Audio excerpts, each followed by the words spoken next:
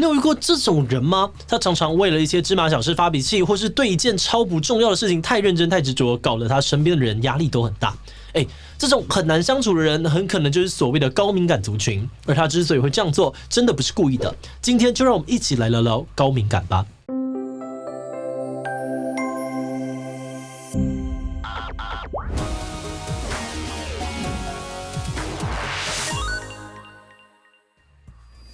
Hello， 大家好，我是志奇。根据调查，全球有将近20%的人是所谓的高敏感族群。这些人顾名思义，对许多的事情特别敏感。有人呢会觉得高敏感人真的很难相处，不止常常想太多，也很玻璃心，常常为了小事情在那边闹脾气，搞得大家都不太愉快。但也有人觉得高敏感人其实超贴心哦，除了心思很细腻，也很有同理心，总是知道其他人需要什么，是很棒的朋友跟伴侣。今天就让我们一起来聊聊，到底什么是高敏感，跟高敏感的人相处应该要怎么做比较好。如果自己就是高敏感，那有没有什么方法可以让自己不要过得那么辛苦呢？不过在开始之前呢，先让我们进一段工商服务时间。每个人都可以成为自己心中的完美。帮助唇腭裂和小耳症患者的罗惠夫卢颜基金会12月在台北跟高雄捷运推出看见改变摄影展览，与爱心大使魏如萱邀请大家一起感受改变的力量。从摄影作品当中可以看见卢颜患者们在不同领域展现才华，即使先天就面临挑战，但透过努力，他们仍活出精彩的人生。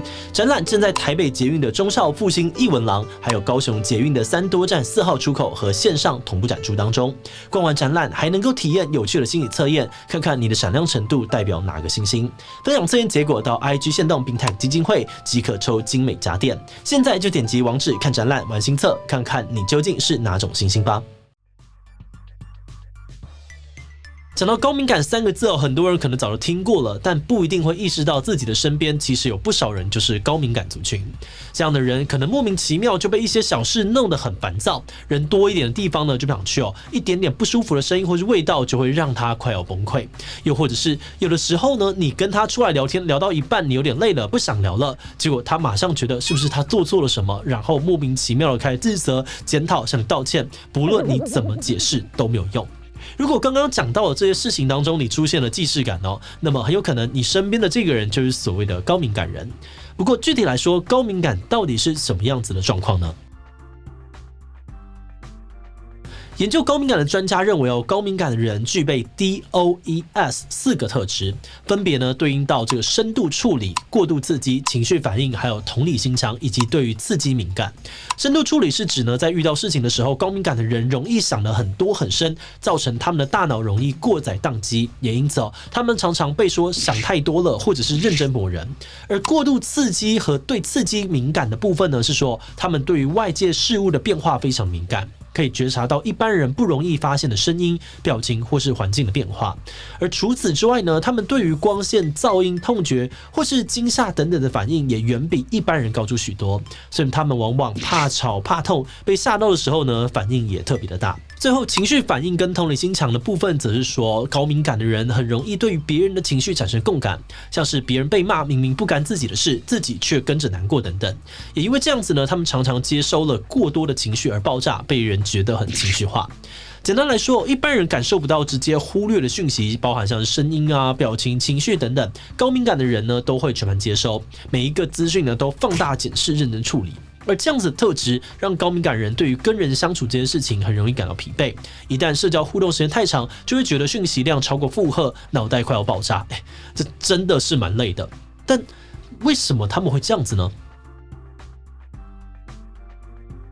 根据神经认知学家的研究，高敏感人的脑回路还真的跟一般人不太一样。他们发现高敏感人大脑的杏仁核特别的发达，因为杏仁核掌管的主要是恐惧跟不安的情绪，所以杏仁核比较发达的人呢，比别人更容易出现担心或是悲观的感受。而另外，高敏感人的镜像神经元也很发达，镜像神经元跟情绪传递、同理心有很重要的关联。所以镜像神经元发达的人比较容易理解、共感其他人的情绪跟感受，也因此有很强的同理心跟正义感。这些不一样的地方原本其实是一种演化优势，在过去充满危险的环境当中，他们的敏感跟多虑可以帮助他们更容易察觉到危险，或是做决定更加谨慎，提高自己跟身边的人的生存几率。但是现代人每天要接受的讯息需要社交的次数实在是太多太快了，这种才能反倒成为了一种负担，让这些高敏感人的生活变得非常的辛苦。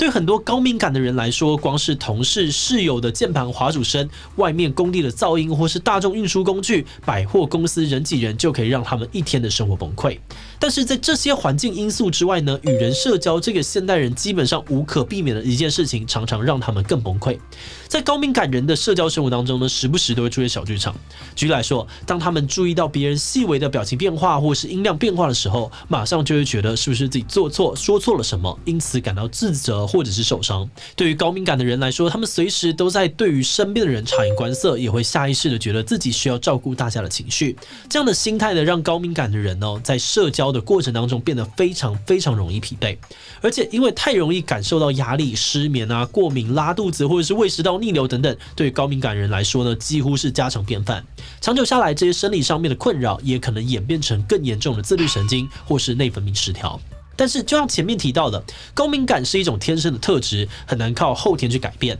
就算叫他不要在意也没有什么用。这就好像有些人天生就是怕吃辣，叫他不要觉得辣并不会有什么帮助。那么如果身边就有高敏感的人，到底该怎么跟他们相处呢？前面提到，高敏感人的感受常常都是会放大的，因此，如果你身边有高敏感的人，在跟他们相处的时候，可以参考3个原则，分别是尊重差异、多给赞美，还有给予空间。尊重差异呢，是指尊重他们的真实感受，不要随便指责对方想太多，因为他天生呢就是心思比较敏锐再加上呢，他们很容易负面思考，你不经意的批评就有可能会被放大，让他们特别受挫。不过反过来说，高敏感人呢也会放大正面的鼓励。如果你多给一点肯定呢，就有机会帮助他们建立起自信心。所以适时的多给赞美也是很重要的。而除此之外呢，因为高敏感人的脑袋容易负荷太大，很难长时间跟人互动，独处的需求非常的大。所以当你的高敏感朋友或是家人暂时不想跟你说话，想要自己休息充电的时候，不用太担心，也不用急着把他们拉回来。因为他们可能会为了顾及你的感受，勉强自己继续跟你互动，却默默承受了更大的心理压力。总结来说，如果能够掌握以上提到的原则，跟高敏感人的相处便有想象当中的那么困难。而且只要了解怎么互动，高敏感的优点也会慢慢的显现出来哦。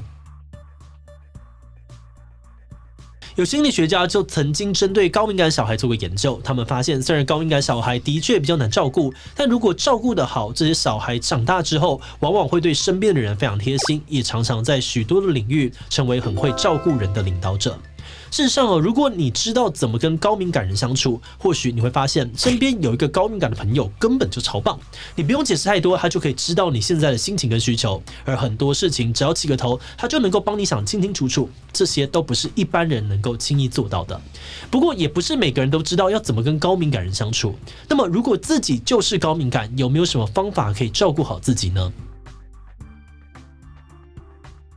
根据专业心理师所提供的建议我们整理了3个可以帮助高敏感人自救的方法。首先是了解刺激来源，自救的第一步呢，就是要好好的了解自己最敏感的刺激来源到底是什么，再试着处理。比方说，如果你对声音特别敏感，或许可以随身携带一副隔音效果好的耳机，在需要的时候戴上。又或者，如果你就是讨厌人群，每天出门前呢，可以花一点心思认真规划自己当天的路线，有效的避开人多的时段或者是场所。而处理完最基本的环境需求之后呢，第2个自救的方法就是要多放过自己，要试着常常告诉自己，提醒自己不要什么都往自己身上担。很多事情呢，不处理也不会怎么样不需要为此有罪恶感，也不用害怕自己会因此被讨厌。不过生活中难免还是会累积许多的压力，因此第3个方法就是每天的放松练习。心理师建议每天睡觉前呢，可以透过冥想腹式呼吸，或是收听白噪音，用任何适合自己的方式，让自己的大脑暂时停止高速的运作，才有办法真正的休息。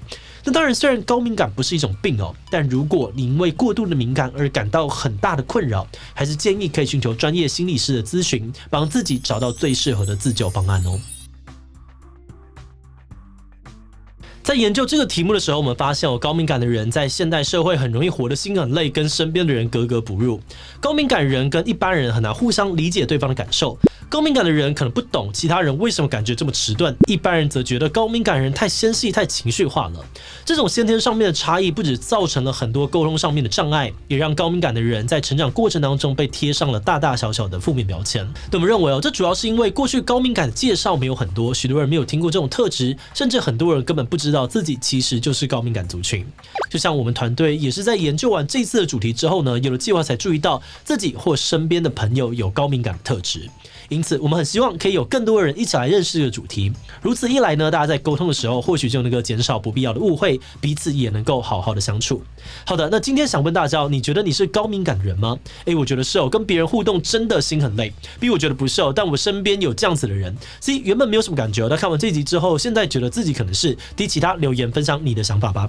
最后，如果你喜欢今天的影片，欢迎分享出去，让更多人了解高敏感人的困扰。此外呢，也可以点击这个地方看 MBTI 心理测验以及电话恐惧症的介绍。那么今天的这一期就到这边告一段落，我们就明晚再见喽。